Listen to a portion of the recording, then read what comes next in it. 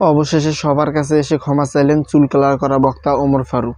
আসলে কি কারণে একজন মানুষ বক্তা থেকে মাথার চুল কালার করে টিকটকার হয়েছিল?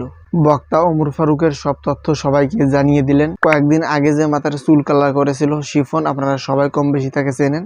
সে কিন্তু এখন ভালো হয়েছে। তার কাছ থেকে মূলত আসল ঘটনা জানা যায়। পুরো ঘটনাটি শুনলে আপনারা কি বলবেন? দর্শক শ্রোতা, বিস্তারিত জানতে পুরো ভিডিওটি মনোযোগ সহকারে দেখুন। আর আপনারা যদি আমাদের চ্যানেলে নতুন হন অবশ্যই আমাদের ছোট্ট চ্যানেলটি সাবস্ক্রাইব করবেন। আর ভিডিওটা অবশ্যই শেয়ার করে অন্যকে দেখার সুযোগ করে দেবেন। একটি করে লাইক করবেন, মনোযোগ সহকারে বিস্তারিত দেখতে থাকেন। দর্শক শ্রোতা, মাথার চুল কালার করা বক্তা ওমর ফারুক যখন এই বিষয়টা সামাজিক যোগাযোগ মাধ্যমে নিয়ে আসার পর যখন শিফন এই বিষয়টা জানতে পারে, তারপর সে সাংবাদিকদেরকে ডাক দিয়ে নিয়ে ইন্টারভিউ দেয় সবাইকে। এমনকি সেখানে সব সত্য সবাইকে জানিয়ে দেন।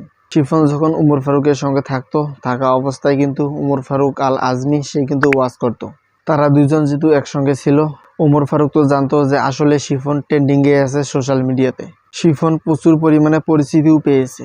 এই বিষয়টা যখন ওমর ফারুক জানার পর আর কি ওমর ফারুক বলতো যে আমিও তোর মতো পরিচিতি পেতে চাই, আমাকে কি করতে হবে তুই বল। তখন শিফন তাকে একটা বুদ্ধি দেয় যে তুমি মাথার চুল কালার করো, এমনকি কিছুদিন টিকটকে কাজ করো।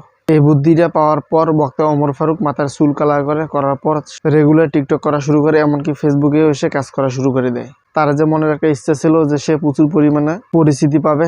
অবশেষে তাকে নিয়ে যখন কথাবার্তা শুরু হয়ে যায় সোশ্যাল মিডিয়াতে, যে বক্তা থেকে টিকটকার হয়েছে ওমর ফারুক আল আজমি, তারপর তার মনের যে আশাটা ছিল যে সে প্রচুর পরিমাণে পরিচিতি পাবে, তারপর তার মনের আশাটা পূরণ হয়ে যায়। ওমর ফারুক আল আজমি তার যে একটা মিশন ছিল, মিশনটা সাকসেসফুল হওয়ার পর সে কিন্তু এখন সোশ্যাল মিডিয়াতে এসে সবার কাছে ক্ষমা চাচ্ছে। ফারুক আল আজমিকে নিয়ে এর আগের একটা আমার ভিডিও আছে, সেই ভিডিওতে প্রথমে আমি বলে দিয়েছিলাম আপনাদেরকে যে আসলে সে যে এখন কাজগুলো করতেছে পরবর্তীতে কিন্তু সবার কাছে এসে সে ক্ষমা চাবে।